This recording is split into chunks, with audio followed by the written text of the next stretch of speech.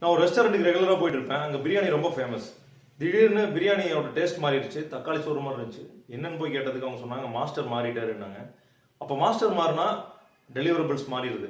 Employees மாறினா எல்லா கம்பெனிஸ்க்கும் deliverables மாறிடும். இது ரொம்ப முக்கியமான விஷயம். எம்ப்ளாயிஸ் ரிட்டன்ஷன் இதனால தான் முக்கியம்னு எல்லாரும் சொல்லிட்டு இருக்காங்க. சரி, எம்ப்ளாயிஸ் எப்படி ரிட்டைன் பண்ணுறது? இதுக்கு ஒரு 8 பாயிண்ட் நம்ம கிட்ட இருக்கு. மாடர்ன் ஜென்ரேஷன் என்ன அதிகமாக எதிர்பார்க்குறாங்க? Friendship, socialisation, self esteem, self respect இதெல்லாம் எதிர்பார்க்குறாங்க. அவங்களுக்கு ஒரு என்விரான்மெண்ட் வேணும். அது என்னன்னு பார்த்துருவோம். Sense of meaning and purpose.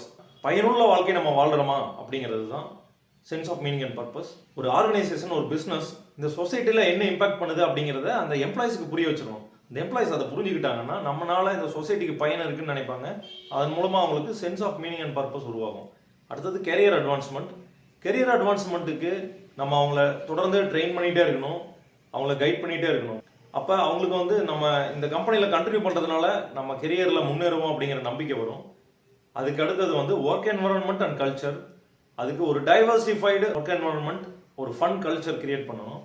Diversified work என்வரான்மெண்ட்னா வேறு வேறு ஏஜ் குரூப், வேறு வேறு ஜெண்டர், வேறு வேறு எக்ஸ்பீரியன்ஸில் பீப்புள் இருக்கணும், வேறு வேறு பேக்ரவுண்ட்லேருந்து பீப்புள் இருக்கணும். அப்போ அவங்களுக்கு ட்ரைனிங், கைடன்ஸ் ஈஸியாக கிடைக்கும். அடுத்தது work life balance. Work life பேலன்ஸுங்கிறது ரொம்ப முக்கியங்க. நம்ம ஒர்க் ஹவர்ஸ் தாண்டி எம்ப்ளாயிஸ் நம்ம ஒர்க்கையே சிந்திச்சுட்டு இருக்கக்கூடாது. ஒவ்வொரு என்டர்பிரனரும் அதை என்ஷூர் பண்ணிக்கணும். அடுத்தது கம்யூனிகேஷன்.